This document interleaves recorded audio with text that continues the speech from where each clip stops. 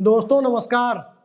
2024 का साल आ गया, जनवरी का महीना भी शुरू हो गया, 6 तारीख आज हो गई, लेकिन अंतरिम बजट कब होगा और चुनाव तक के लिए, यदि चुनाव अप्रैल मई में शेड्यूल है तो उस 2-3 महीनों के लिए जब तक नई सरकार और नई व्यवस्था नहीं आ जाए तब तक के लिए अंतरिम बजट कब आएगा, अब तक कोई घोषणा नहीं की गई है।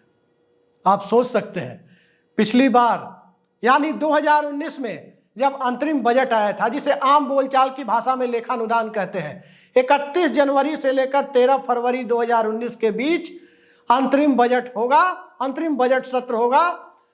इसकी घोषणा जनवरी के पहले 10 दिनों में ही हो गई थी, लेकिन अब तक सूचना नहीं आई है। और इस बीच जो बड़ी सूचना आई है वो ये है कि भारत का चुनाव आयोग 11 और 12 जनवरी को राज्यों के मुख्य निर्वाचन अधिकारियों के साथ बैठक करने जा रहा है। लोकसभा चुनाव की तैयारियों के लिए बैठक करने जा रहा है और इन बैठक में यह तय होगा कि चुनाव कराने के लिए उपयुक्त तिथि कौन सी है, उपयुक्त वक्त कौन सा है। वैसे चुनाव आयोग के पास यह अधिकार है कि लोकसभा के या विधानसभा के कार्यकाल पूरा होने के 3-4 महीने के पहले से लेकर के अंतिम तिथि के बीच में, यानी 4 साल 8 महीने के बाद, मोटे तौर पर कहें तो 4 साल 6 महीने के बाद कभी भी चुनाव आयोग उपयुक्त समय के हिसाब से सरकार के साथ सहमति जताते हुए सरकार की सहमति से चुनाव कार्यक्रम का ऐलान कर सकता है। लेकिन इस बीच 22 जनवरी को मेगा शो हो रहा है, धर्म और राजनीति का, सियासत और संप्रदाय का एक अद्भुत मेल मौजूदा दौर में कराने की तैयारी हो रही है। सियासत को धर्म से अलग रखा जाना जरूरी है, ये बात तमाम राजनीतिक दलों के नेता अलग अलग फोरम पर कहते नजर आएंगे। लेकिन सियासत और धर्म का घालमेल भारत में किस ढंग से किया जाएगा या किया जा रहा है, ये भी आप सब देख रहे हैं। राम मंदिर पूरा बना या नहीं बना, किसी को चिंता नहीं है। सुप्रीम कोर्ट के आदेश से जिस राम मंदिर का निर्माण किया जा रहा है, अयोध्या के जलसे को लेकर पूरे देश में जिस प्रकार का माहौल बनाया जा रहा है, घर घर अक्षत और कार्ड बांटे जा रहे हैं, ये दरअसल राम मंदिर के लिए नहीं, दरअसल ये चुनावी संभावनाओं को अपने पक्ष में करने के लिए हो रहा है।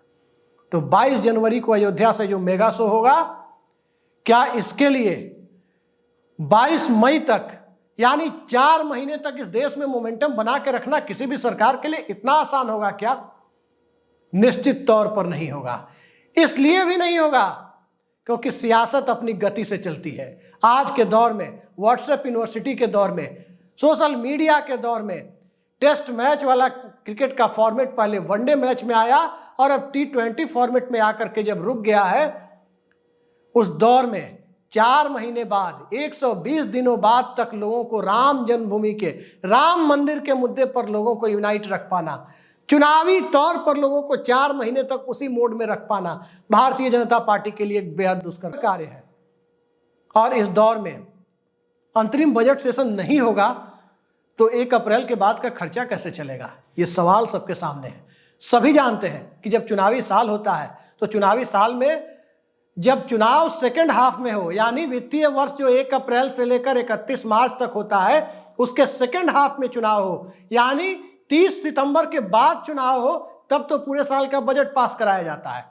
तब उस लोकसभा को यह अधिकार होता है कि पूरे 1 वर्ष का मनी बिल यानी बजट, एनुअल फाइनेंशियल स्टेटमेंट वो पारित कर दे।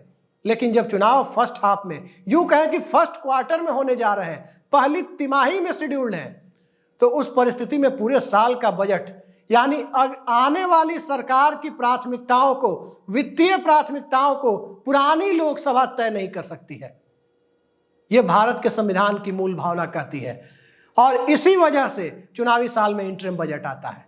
लेकिन क्या सरकार की मंशा इंटरिम बजट लाने की है? इस पर सवाल उठ रहे हैं। सवाल इसलिए उठ रहे हैं क्योंकि अभी तक सरकार ने इंटरिम बजट सेशन की घोषणा नहीं की। सीबीएसई बोर्ड ने फरवरी और मार्च के महीने में 10वीं और 12वीं के एग्जाम का शेड्यूल निकाल दिया, शेड्यूल को रिवाइज भी किया है। और इस दौर में जब राम मंदिर का मुद्दा चरम पर है, 22 जनवरी को राम मंदिर का उद्घाटन होना है और 11-12 जनवरी को इलेक्शन कमीशन, यानी उसके 10 दिन पहले या 11 दिन पहले इलेक्शन कमीशन स्टेट के सीईओ यानी चीफ इलेक्शन ऑफिसर्स के साथ सीधे सीधे बैठक करने जा रहा है, तो आप समझ सकते हैं कि चुनाव आयोग भी जल्दबाजी में है। ऐसा नहीं है कि इस देश में 1 महीने में चुनाव नहीं हुए हैं। ऐसा नहीं है कि एग्जाम की वजह से सीबीएसई एग्जाम को, बोर्ड के एग्जाम्स की तारीखें आगे नहीं बढ़ाई गई है। कई एग्जाम्पल आपके सामने दिए जा सकते हैं। 1998 का लोकसभा चुनाव केवल 3 चरणों में पूरे देश में फरवरी 1998 में कराया गया और सीबीएसई को अपने एग्जाम का शेड्यूल रिशेड्यूल करके आगे ले जाना पड़ा। बिहार विधानसभा का वर्ष 2000 का चुनाव, बिहार बोर्ड के एग्जाम को रिशेड्यूल कर अप्रैल में ले जाना पड़ा। तो आप सोच सकते हैं एग्जाम का शेड्यूल सीबीएसई अपने हिसाब से निकालेगी, उसने निकाल दिया। कई लोग ये कह रहे हैं कि सीबीएसई की वजह से, सीबीएसई एग्जाम की वजह से आज के राजनेता चुनाव को सही समय पर ले जाएंगे। क्या आपको लगता है कि राम मंदिर का मोमेंटम जब बीजेपी बना रही है 22 जनवरी से, 22 जनवरी को यूं कहें कि वो क्लाइमेक्स पर होगा और 22 जनवरी से 22 फरवरी के बीच के एक महीने को राममय बना देने के लिए एक तरह से अघोषित कार्यक्रम ही, बल्कि कहें कि घोषित कार्यक्रम चलाया जा रहा है, तो उस कार्यक्रम के बीच चुनाव करवाने से भला कौन पीछे हटेगा। याद कीजिए बालाकोट सर्जिकल स्ट्राइक मार्च के महीने में हुई थी, 11 अप्रैल से चुनाव शुरू था और जिस ढंग से सेना के नाम पर वोट मांगने की कवायद इस देश में, सेना के शौर्य पर, बालाकोट सर्जिकल स्ट्राइक पर, पुलवामा के नाम पर, पुलवामा की दुखद घटना के नाम पर इलेक्टोरल गेन के लिए, चुनावी लाभ के लिए सत्ता के शीर्ष पर बैठे हुए लोगों ने जिस प्रकार से उसका इस्तेमाल किया वो पूरे देश ने देखा है।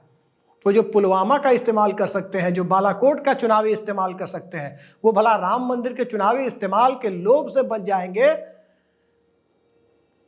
ये कहना थोड़ा सा अतिशयोक्ति होगी। ये कहना मुश्किल है कि वो राम मंदिर जब बनाया ही जा रहा है, आचार संहिता लगने के पहले जब राम मंदिर का उद्घाटन हो रहा है, नई सरकार में पता नहीं आएंगे नहीं आएंगे, इसका भी धैर्य सरकार को नहीं है कि मंदिर पूरी तरह से बना नहीं, लेकिन रामलला के उद्घाटन की तिथि तय कर दी गई। सबके पीछे चुनाव है और अंतरिम बजट सेशन यानी लेखानुदान के लिए बजट सेशन का अभी तक घोषणा जब नहीं हुई, तो उसके पीछे के मकसद को आप समझ सकते हैं कि 11-12 फरवरी को, ध्यान दीजिए 11-12 जनवरी को चुनाव आयोग राज्यों के चुनाव अधिकारियों के साथ बैठक कर रहा है।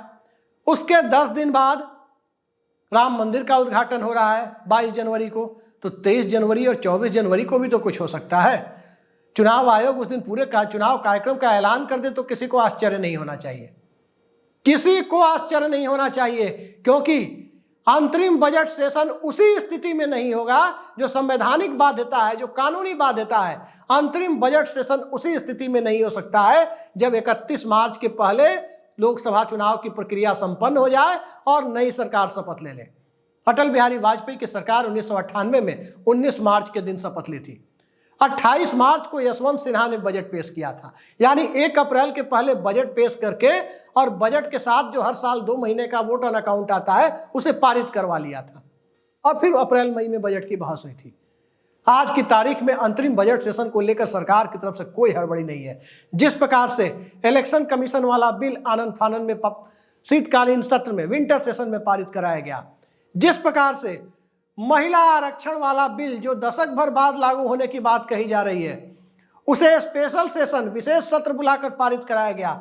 IPC, CrPC, Indian evidence act का नाम बदलने और उसमें आमूलचूल परिवर्तन करने का बिल आनन फानन में जिस प्रकार से विंटर सेशन में ही पारित कराया गया, आप सोच सकते हैं कि इसके लिए जब सरकार के पास अंतरिम बजट सत्र तक के लिए धैर्य नहीं है तो इसके पीछे का मकसद क्या है। अंतरिम बजट सेशन या बजट सेशन में सिर्फ बजट ही पास नहीं होते हैं, बजट के साथ साथ दूसरी भी कोई जो पेंडिंग बिल होते हैं उस पर चर्चा और उसको पास करने की प्रक्रिया होती है। लेकिन सरकार के पास यह धैर्य नहीं था कि सरकार जिस भारतीय न्याय संहिता, जिस एविडेंस एक्ट को बदला गया, जिस सीआरपीसी को बदला गया, आईपीसी को बदला गया, इन तीनों के लिए जो नए बिल लाए गए, नई नई धाराएं बनाई गई, उस पर एक व्यापक चर्चा के बिना जब संसद में लगभग पूरा विपक्ष आप कह सकते हैं कि उसे सस्पेंड कर दिया गया ताकि उस पर कोई गंभीर बहस ना हो पाए। राज्यसभा और लोकसभा में मास एक्सपल्सन हुआ, बड़ी संख्या में एक साथ सांसदों को निलंबित किया गया। क्यों किया गया? और इसी दरमियान ये सब पास भी कराए गए, चाहे मुख्य चुनाव आयुक्त या चुनाव आयुक्तों की नियुक्ति से चीफ जस्टिस ऑफ इंडिया को बाहर करने के लिए जो नया बिल लाया जाना हो, चाहे आईपीसी, सीआरपीसी और इंडियन एविडेंस एक्ट को बदलना हो, चाहे आनंद फानन में विशेष सत्र बुला करके महिला आरक्षण को पारित कराना हो, ये सारे काम करने की जो हड़बड़ी, बिना किसी ठोस चर्चा के, बिना किसी व्यापक चर्चा के, बिना किसी विपक्ष के मजबूत स्थिति के रहते हुए, यानी कि विपक्ष के लोगों को सस्पेंड करके जिस प्रकार से इन बिलों को पारित कराया गया, उससे लक्षण यही है कि अंतरिम बजट सत्र नहीं होना है। और अंतरिम बजट सत्र जब नहीं होना है तो 1 अप्रैल से इस देश का खर्चा कैसे चलेगा? 1 अप्रैल से इस देश के ऑनगोइंग प्रोजेक्ट्स का पैसा कहां से जाएगा? इस देश के पेंशनर और सरकारी कर्मचारियों के वेतन कहां से जाएंगे? और 1 अप्रैल से इस देश की ट्रेजरी कैसे काम करेगी? उसे अधिकार कौन देगा? जो देने का अधिकार संसद को नहीं है, जो देने का अधिकार सरकार को नहीं है, बल्कि संसद को है, जिसे आप बजट कहते हैं, एनुअल फाइनेंशियल स्टेटमेंट। तो वो नौबत जब आ रही है तो इसके पीछे की मंशा साफ दिखाई देती है कि चुनाव आयोग 11-12 जनवरी को ही बैठक क्यों बुला रहा है। चुनाव आयोग 11-12 जनवरी को, यानी राम मंदिर के उद्घाटन के पहले बैठक क्यों बुला रहा है? सीधा मकसद यह दिखता है कि चुनाव 31 मार्च से पहले संपन्न कराए जाने के लिए कहीं ना कहीं विचार मंथन हो रहा है। और जब यह होगा तो बोर्ड एग्जाम की तारीखें बढ़ेंगी। और इसके पीछे एक और मकसद है, राम मंदिर के वेव का, उसके संभावित वेव का अधिकाधिक फायदा उठाना। और दूसरा मकसद है कि मौजूदा दौर में हीट वेव की जो चर्चा होती है, क्लाइमेट चेंज की चर्चा होती है। हालांकि देश के प्रधानमंत्री तो ये कहते हैं कि पिछली बार से ज़्यादा सर्दी इस बार थी या ज़्यादा गर्मी इस बार थी, तो ऐसा नहीं है कि कोई क्लाइमेट चेंज हुआ है, बल्कि व्यक्ति की सहन शक्ति ही कमजोर पड़ गई है। खैर, उनका क्लाइमेट ज्ञान उन्हीं को मुबारक हो। सवाल ये है कि हीट वेव जब बढ़ती है, पिछली बार हीट वेव कब देखने को मिली? 2021-22 में, अप्रैल के दूसरे सप्ताह से देखने को मिला। और 2019 में चुनाव कब हुए थे? 11 अप्रैल से लेकर 20 मई के बीच में हुए थे। 23 मई को मतगणना हुई थी 2019 में। तो 11 अप्रैल से जब ये बातें चल रही है कि उस वक्त ये देश हीट वेव की, जो उत्तर भारत, जो हिंदी भाषी भारत, जहां भारतीय जनता पार्टी जबरदस्त चुनावी सफलता हासिल करती रही है और उन्हीं के बूते वो सत्ता में बैठी है, तो वहां चुनाव कराने के लिए वो हीट वेव का इंतजार नहीं करेगी। हीट वेव का सीधा सीधा मतलब होता है कि वोट परसेंटेज, जो पोलिंग परसेंटेज है, उसमें 10% के आसपास, 8 से 10% की कमी। और ये 8 से 10% का जो ड्रॉप होता है वो किसी और सेक्शन का नहीं होता, मोटे तौर पर देखें तो शहरी मध्य वर्ग का होता है, और खासकर उन तबकों का होता है जिन्हें भारतीय जनता पार्टी का डिवोटेड वोटर माना जाता है। कोई लू लगाकर वोट डालने जाने के लिए जहमत नहीं उठाता कि किसी को लू लग जाए, कोई हीट वेव के थपेड़ों में पड़ जाए, उसकी चपेट में आ जाए। तो भारतीय जनता पार्टी को एक चिंता 2021 और 2022 और 2023 को देखते हुए भी है कि किस प्रकार का हीट वेव चला और किस प्रकार से 2024 में जो भविष्यवाणी है कि गर्मी फरवरी से शुरू हो जाएगी। तो ये हालात भी भारतीय जनता पार्टी को इस तरफ इशारा करते हैं कि कहीं ना कहीं 31 मार्च के पहले चुनाव प्रक्रिया को संपन्न कराया जाए। 2007 में उत्तर प्रदेश में चुनाव कब संपन्न हुए थे? मई के महीने में। और मई के महीने में मायावती ने शपथ ली थी, लेकिन चुनाव उत्तर प्रदेश में हुए कब? 2012 के, जब 5 साल पूरा हुआ तब। मई 2007 से में गठित हुई विधानसभा का कार्यकाल मई 2012 तक था, लेकिन मार्च में चुनाव प्रक्रिया संपन्न हो चुकी थी 2012 में, और अखिलेश यादव शपथ भी ले चुके थे।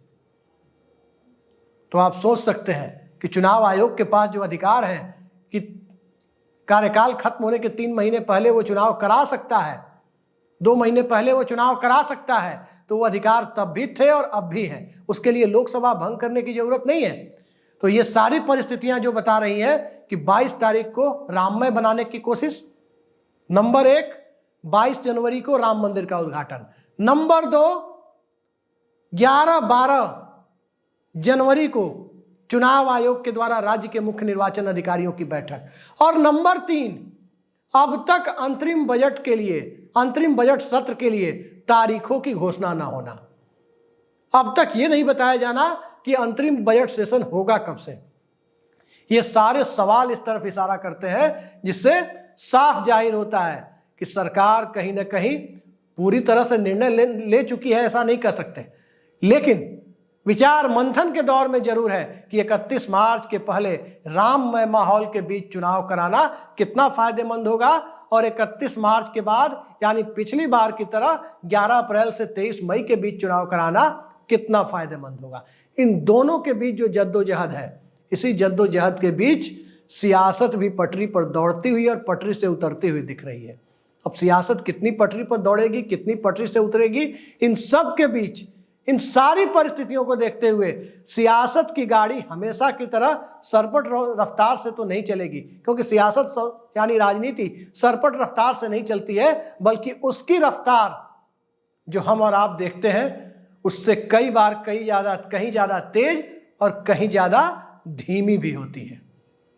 चुनाव का मामला ऐसा है कि रफ्तार को धीमा नहीं किया जा सकता, यानी लोकसभा के कार्यकाल को 5 साल से बढ़ा करके सामान्य परिस्थितियों में 5 साल 2 महीने नहीं किया जा सकता, आगे नहीं बढ़ाया जा सकता, अलबत्ता पीछे जरूर खींचा जा सकता है। और पीछे खींचना कितना फायदेमंद है मौजूदा दौर में, सत्ता इसी विचार मंथन में है, या यूं भी कह सकते हैं कि सत्ता ने कोई ना कोई निर्णय ले लिया है और उस निर्णय के बारे में आपको 22 जनवरी को उद्घाटन हो जाने दीजिए। असली खेल 22 जनवरी के बाद अगले 2 दिन में या 3 दिन में आपको दिख जाएगा कि माहौल क्या है, और अभी से 3-4 दिनों में आपको पता चल जाएगा कि अंतरिम बजट सेशन होगा या नहीं होगा।